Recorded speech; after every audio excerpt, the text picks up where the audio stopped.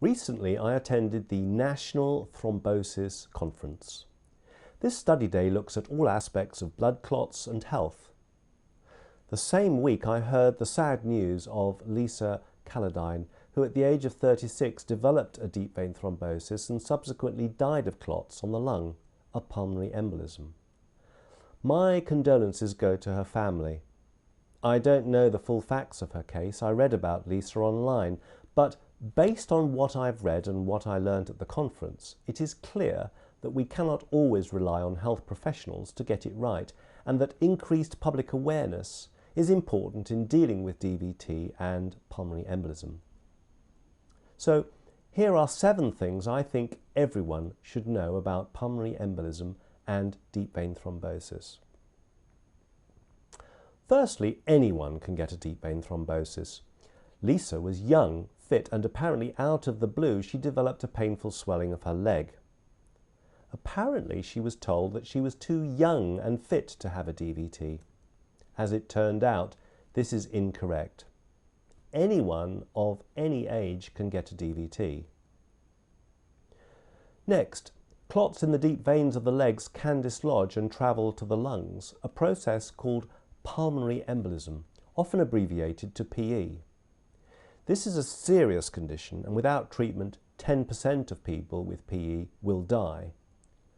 Prompt recognition of DVT and treatment with blood-thinning medication, anticoagulants, will prevent PE. Thirdly, the main risk factor for deep vein thrombosis is admission to hospital. Nearly 2/3 of new deep vein thrombosis happen in hospital or within 90 days of being admitted to hospital. So whenever you're admitted to hospital, you should be assessed and measures taken to prevent DVT. Most people think of DVTs on planes, but actually you are 1,000 times more likely to develop a DVT in hospital than on a plane. Furthermore, 25% of people having major surgery are at risk of developing blood clots. These blood clots are preventable with DVT prophylaxis, such as blood-thinning injections and medical stockings. Now, although anyone can get a blood clot, older people are at higher risk. The risk is increased by 10 times in people aged over 80 years. The risk of DVT is also increased during pregnancy. In fact, pregnant women are 5 times more likely to get a DVT than other women of the same age. Overweight people have a 200% higher chance of developing a DVT. And finally, people receiving treatment for cancer are at increased risk of developing blood clots.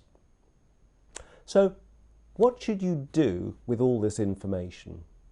Well, here's my advice.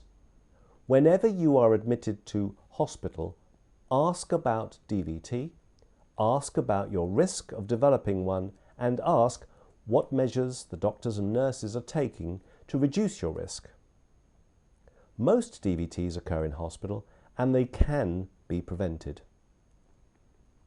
Secondly, if you are elderly, pregnant, overweight, or have cancer or some other serious health problem, and you become unwell, ask about DVT and ask to be checked for DVT and pulmonary embolism. If you have leg swelling or shortness of breath, ask about DVT and ask to be checked for DVT and pulmonary embolism. Finally, if you're not satisfied, ask for a second opinion or even consider attending the emergency department of your local hospital. Share your concerns, ask about DVT and ask to be checked for DVT and pulmonary embolism.